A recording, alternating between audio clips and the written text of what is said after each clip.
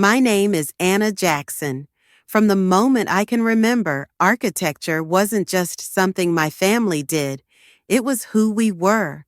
My earliest memories are steeped in the smell of fresh wood and paint, the sound of pencils sketching over blueprints, and the steady hum of the office phones ringing off the hook. I grew up playing under my father's massive oak desk, watching him command the chaos of a busy family-run architecture firm. His hands, rough from years of hard work, moved with practiced grace as he drew plans and negotiated deals. He would often look down at me with a quiet smile and say, "Anna, one day this company will be yours." Those words planted a seed deep inside me, a promise, a destiny. While other kids played outside or dreamed about fantastical adventures, I spent my summers answering phones, filing invoices, and memorizing client names and preferences.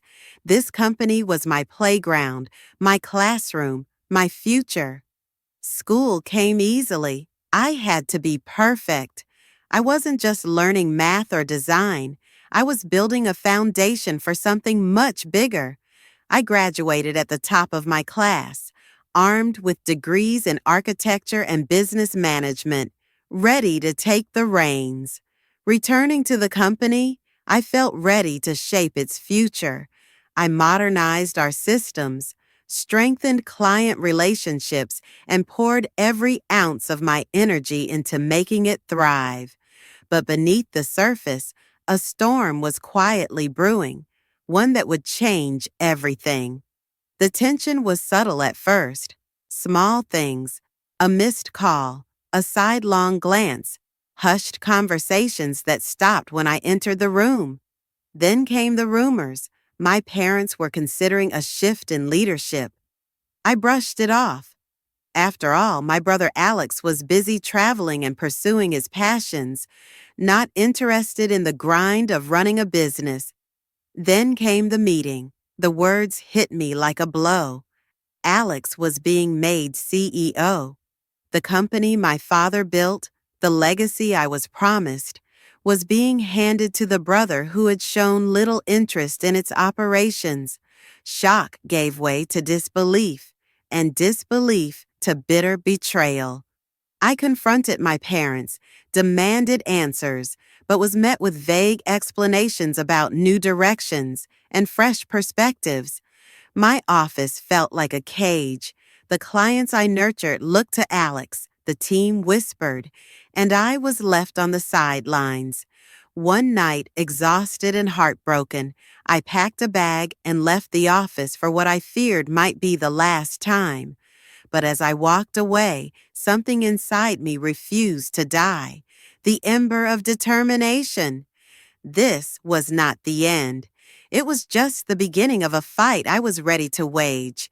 The morning after the meeting, the office felt foreign, an arena where I was no longer welcome. Faces I had known for years averted mine.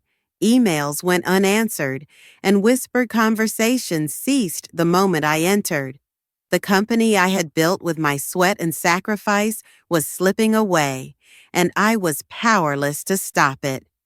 Alex, ever the charismatic free spirit, walked through the halls with an easy smile, oblivious or indifferent to the chaos his sudden promotion stirred.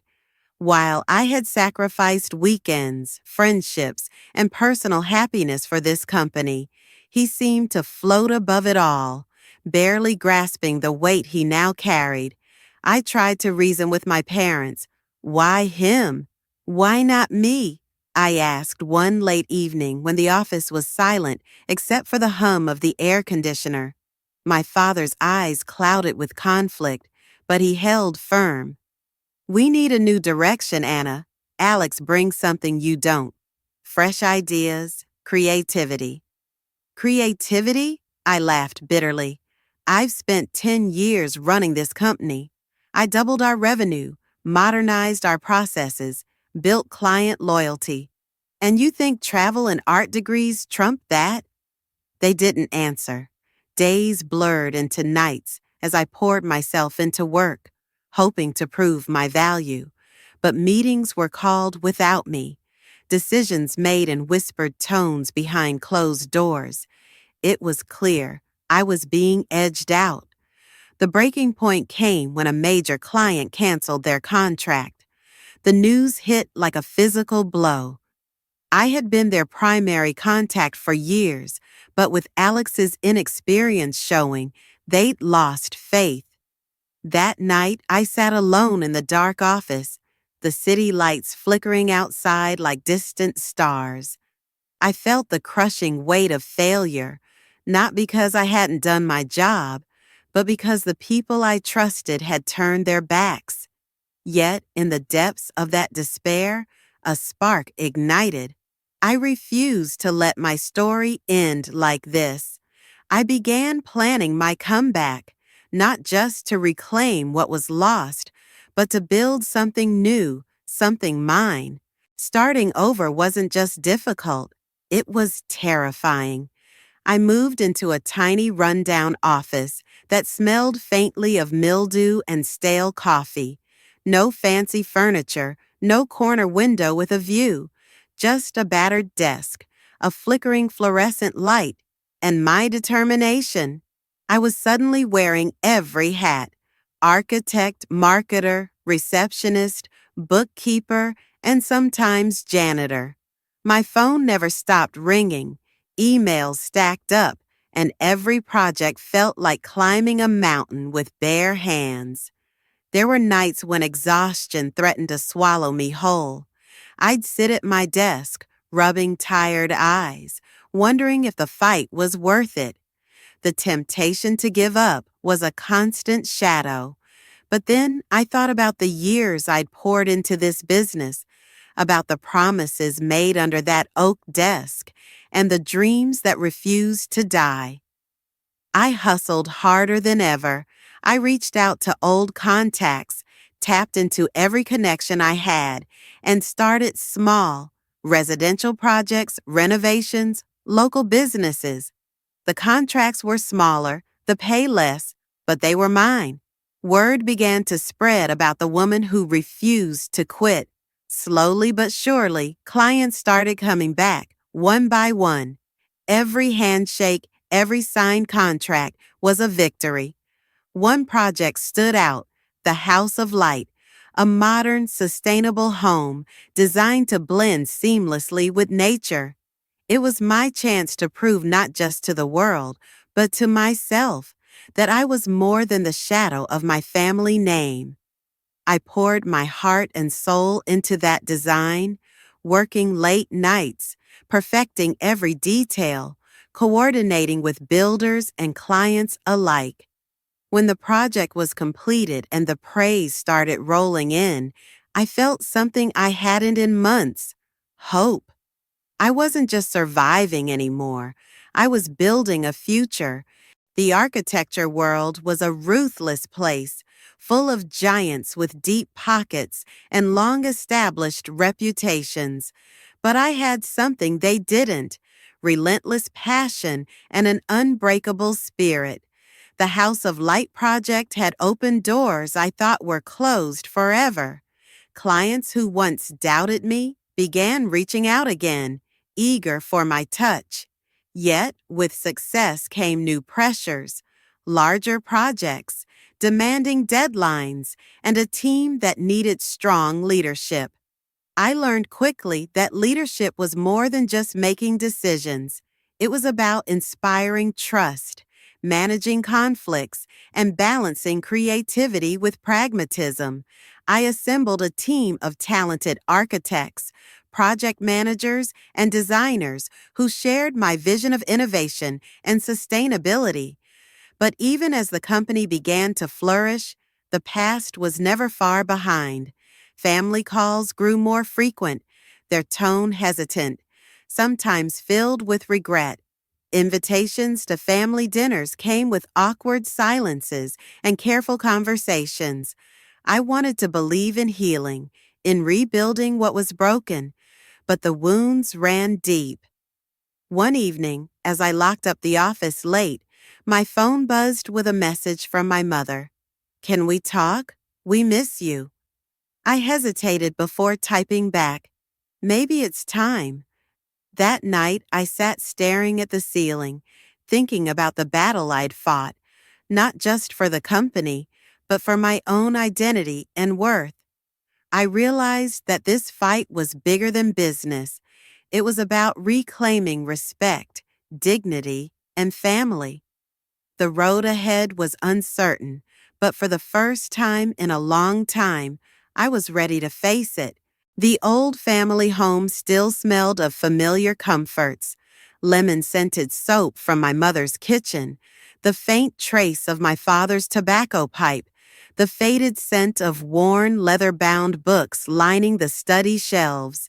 Yet, beneath the surface, tension simmered like a storm waiting to break. We gathered in the living room, my parents, Alex, and me. The silence was heavy, loaded with years of unspoken resentment and pain. My father, usually the pillar of confidence, looked older somehow, his shoulders slumped under the weight of regret. I took a deep breath, steeling myself. I need to say this. I worked my entire adult life for this company.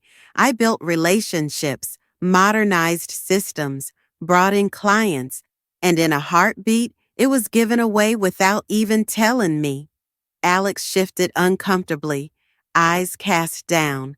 I didn't know how much you'd sacrificed. I was thrown into this role too fast. I messed up. My mother reached for my hand, her eyes glistening. We never meant to hurt you, Anna. We thought we were doing what was best. But best for whom? I asked, voice trembling but firm. Because it certainly wasn't for me. The conversation unfolded painfully but honestly.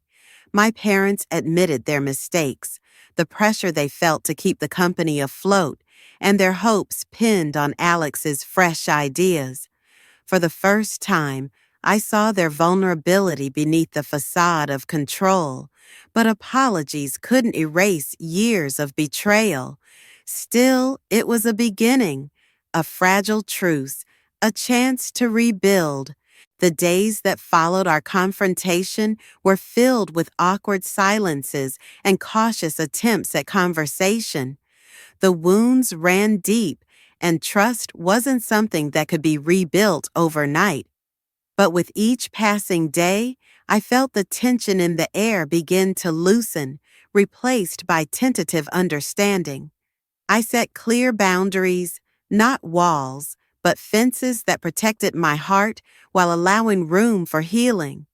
I refused to let bitterness consume me, instead channeling my energy into rebuilding both my company and my family relationships on new terms. At work, I built a team that believed in the vision I carried, a culture of respect, collaboration, and innovation. Together, we tackled ambitious projects, pushing the boundaries of sustainable design and community-focused architecture. Personally, I learned the power of forgiveness, not as forgetting or excusing past wrongs, but as freeing myself from the chains of resentment. It was a gift I gave myself as much as to those who had hurt me. I was no longer just my father's daughter or the sidelined heir. I was Anna Jackson, strong, independent, and ready to lead my own path. The night of the Architecture Awards ceremony arrived like a dream I had dared to hope for, but never fully believed possible. As I stepped onto the red carpet, the flash of cameras and the hum of the crowd surrounded me. I was no longer the overlooked daughter. I was the architect whose name was on everyone's lips. When my name was called to receive the prestigious award, I felt a surge of emotion unlike anything before: relief, pride, and a bittersweet joy. All the sleepless nights, the battles, the sacrifices had culminated in this shining moment. In my acceptance speech, I spoke not just for myself, but for anyone who had ever been knocked down and told they weren't enough. I dedicated the award to those who had the courage to stand back up, to fight for their dreams, and to reclaim their worth. The applause filled the room, but it was the quiet, steady strength inside me that mattered most. This was proof that the fight had been worth it, that I had not only survived, but thrived. Ceremony arrived like a dream I had dared to hope for, but never fully believed possible.